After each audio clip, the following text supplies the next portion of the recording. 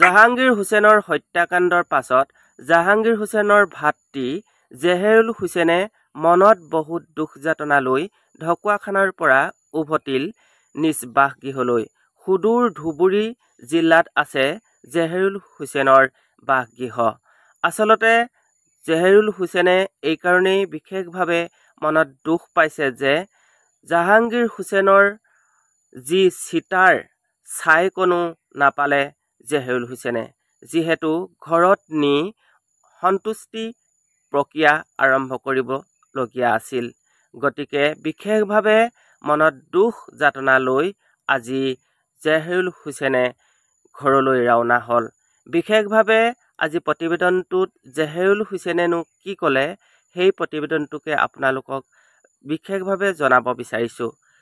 নমস্কাৰ প্ৰিয় বন্ধু বান্ধৱীসকল, আপোনালোকে যদি আজি NPG GK চেনেলটোলৈ নতুনকৈ আহিছে তেনেহ'লে প্লিজ চেনেলটো ছাবস্ক্ৰাইব কৰি দিব আৰু প্ৰতিবেদনসমূহ ভাল লাগিলে লাইক কমেণ্ট শ্বেয়াৰ নকৰাকৈ নাথাকিব।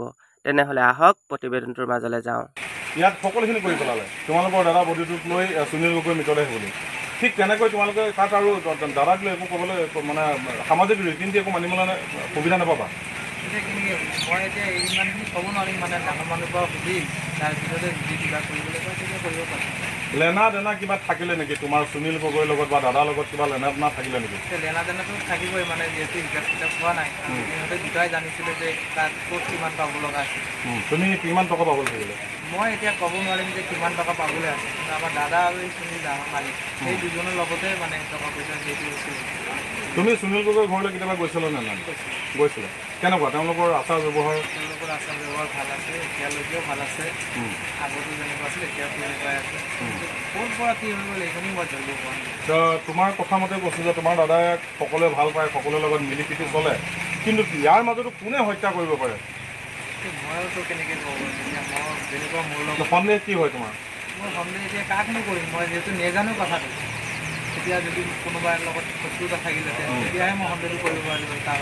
আৰু পুলিচে যিহেতু তদন্ত কৰি আছে নহয় জানো, তুমি দেখি আছা পুলিচে ঠিক দিশত তদন্ত কৰিছে নাই, ভাল তদন্ত কৰিছে নাই? পুলিচৰ ওপৰত মই এইটো ভৰসা আছে যে ইহঁতে উলিয়াব পাৰিব। সিহঁতে যিখিনি তদন্ত কৰি আছে ভালেই কৰি আছে। আৰু বৰ্তমান এনেকুৱা চিটুৱেশ্যন হৈছে থানাত, কিন্তু সিহঁতে চাবলৈ সময় নাই। মই দেখি আছোঁ আজি দেখি গৈছোঁ মানে দাবা দাবি কৰি আছে। মোৰ ভৰসা আছে গতিকে ঘৰত যে সিহঁতে কৰিব পাৰিব। যিহেতু এতিয়া তুমি যাবলৈ ওলাইছা খালী হাতে নহয় জানো, আৰু কিবা ইয়াৰ মানুহক মানে যি বহুত দিন ধৰি ইয়াত কাম বন কৰিলা নহয় জানো, কাৰোবাৰ পৰা কিবা পইচা পাতি পাবলৈ মেলিবলৈ তেনেকুৱা কিবা থাকিলে নেকি?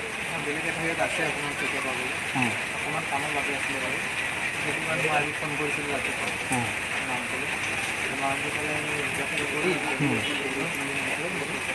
ঢকুৱাখানা আকৌ আহিবানে কাম কৰিবলৈ? মই যদি এনেই খানাত কিবা কাম মাতে তেতিয়াহ'লে আহিম। আৰু যদি এনেই কাম কৰিবলৈ মই জ্বলাবলৈ নিদিবই মোক, কাৰণ ভয় এটা হৈ গ'ল নহয় যিহেতু দাদাক এনেকুৱা কৰে। ঢকুৱাখানা বেলেগ মানুহ তুমি বেয়া পাইছিলা জানো? নাই, মই এতিয়ালৈকে ঢকুৱাখানা কোনো মানুহকেও বেয়া পোৱা নাই। এই কাহিনীটো ক'ৰ পৰা হৈ গ'ল এইটোৱে ধৰিব পৰা নাই। আৰু কিবা ক'বা নেকি? মানে এতিয়া তুমি ঢকুৱাখানাৰ পৰা ধুবুৰী যাবলৈ ওলালা, খালী হাতে যাব লাগিব আৰু খালী হাতে যাব লাগিব। শেষত শূন্য হাতে ঘৰলৈ যাবলৈ ওলাইছে জাহাংগীৰৰ ভাতৃ জেহেৰুল। অতদিনে ভাবিছিলে যে যেতিয়া DNA পৰীক্ষাৰ ফলাফল অহাৰ পিছত জাহাংগীৰৰ অন্তত আন্তঃষ্টিক্ৰিয়া কৰিবৰ কাৰণে, জানাজা সম্পন্ন কৰিবৰ কাৰণে মৃতদেহৰ নামত কিবা এটা লৈ যাবৰ আশা লৈ জেহেৰুলে ঢকুৱাখানা থানাত আছিলে, নিৰাপদ স্থানত আছিলে, কিন্তু সেয়া এতিয়ালৈকে সম্ভৱ হৈ নুঠিল। অৱশেষত খালী হাতে ঘৰলৈ যাবলৈ ওলাইছে জেহেৰুল। নেপালে ককায়েকৰ একো অস্তিত্বই নাপালে। কিবা পালা জানো যে জাহাংগীৰৰ কিবা অকণমান এতিয়া জানাজা হ'বগৈ নে নহয়?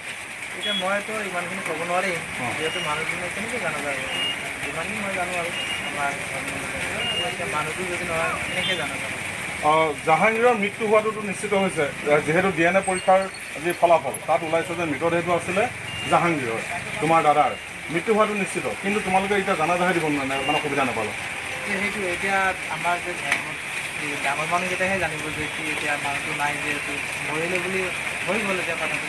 কিন্তু এতিয়া যে তাত বডিটো নাই, কিন্তু জানাজাৰ হ'ব নাই সেই সিহঁতে ক'ব গ'ল, মই ইমানটো নাজানো বাৰু। ইয়াত ধৰা সেই বডিটোক লৈ যিটো বডি উদ্ধাৰ হ'ল অৰ্ধদগ্ধ অৱস্থাত, সকাম নিকাম পাতি যিখিনি নিয়ম নীতি সকলোখিনি কৰিলে, ইয়াত সকলোখিনি কৰি পেলালে তোমালোকৰ দাদা বডিটোক লৈ সুনীল গগৈ মৃতদেহ বুলি ঠিক তেনেকৈ তোমালোকে তাত আৰু দাদাক লৈ একো ক'বলৈ মানে সামাজিক ৰীতি নীতি একো মানিবলৈ সুবিধা নাপাবা এতিয়া কেনেকৈ মই এতিয়া ইমানখিনি ক'ব নোৱাৰিম মানে ডাঙৰ মানুহৰ পৰা সুধি তাৰপিছতে যদি কিবা কৰিবলৈ কয় তেতিয়া কৰিব পাৰিম লেনা দেনা কিবা থাকিলে নেকি তোমাৰ সুনীল গগৈৰ লগত বা দাদাৰ লগত কিবা লেনা দেনা থাকিলে নেকি লেনা দেনাটো থাকিবই মানে যিহেতু হিচাপ কিতাপ হোৱা নাই সিহঁতে দুটাই জানিছিলে যে তাত ক'ত কিমান পাব লগা আছে তুমি কিমান টকা পাবলৈ থাকিলে মই এতিয়া ক'ব নোৱাৰিম যে কিমান টকা পাবলৈ আছে কিন্তু আমাৰ দাদা আৰু এই সুনীল মালিক সেই দুজনৰ লগতে মানে টকা পইচা যিহেতু তুমি সুনীল গগৈৰ ঘৰলৈ কেতিয়াবা গৈছিলা নে নাই গৈছিলা কেনেকুৱা তেওঁলোকৰ আচাৰ ব্যৱহাৰ তেওঁলোকৰ আচাৰ ব্যৱহাৰ ভাল আছে এতিয়ালৈকেও ভাল আছে আগতো যেনেকুৱা আছিল এতিয়াও তেনেকুৱাই আছে ক'ৰ পৰা কি হৈ গ'ল এইখিনি মই ধৰিব পৰা নাই তোমাৰ কথা মতে কৈছোঁ যে তোমাৰ দাদাই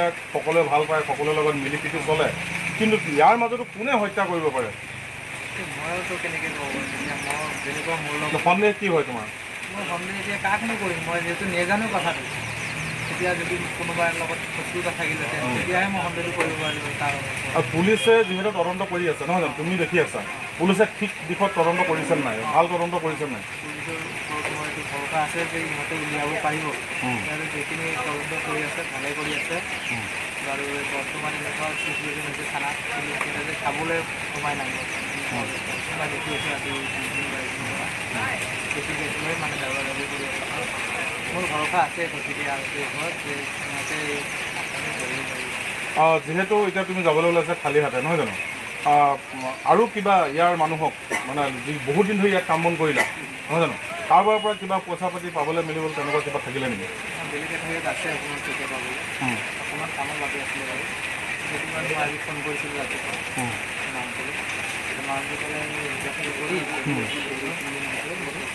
ঢকুৱাখানা আকৌ আহিবানে কাম কৰিবলৈ মই যদি এনেই খানাত কিবা কাম মাতো তেতিয়াহ'লে আহিম আৰু যদি এনেই কাম কৰিবলৈ নোৱাৰে তেতিয়াহ'লে জ্বলাবলৈ নিদিবই মোক কাৰণ ভয় এটা হৈ গ'ল ন যিহেতু দাদাক এনেকুৱা কৰি ঢকুৱাখানা বেলেগ মানুহ তুমি বেয়া পাইছিলা জানো নাই মই এতিয়ালৈকে ঢকুৱাখানাত মানুহকো বেয়া পোৱা নাই এই কাহিনীটো ক'ৰ পৰা হৈ গ'ল এইটোৱে ধৰিব আৰু কিবা ক'বা নেকি মানে এতিয়া তুমি ঢকুৱাখানাৰ পৰা ধুবুৰী যাবলৈ ওলালা খালী হাতে যাব লাগিব খালী ইয়াতে যাব লাগিব শেষত শূন্য হাতে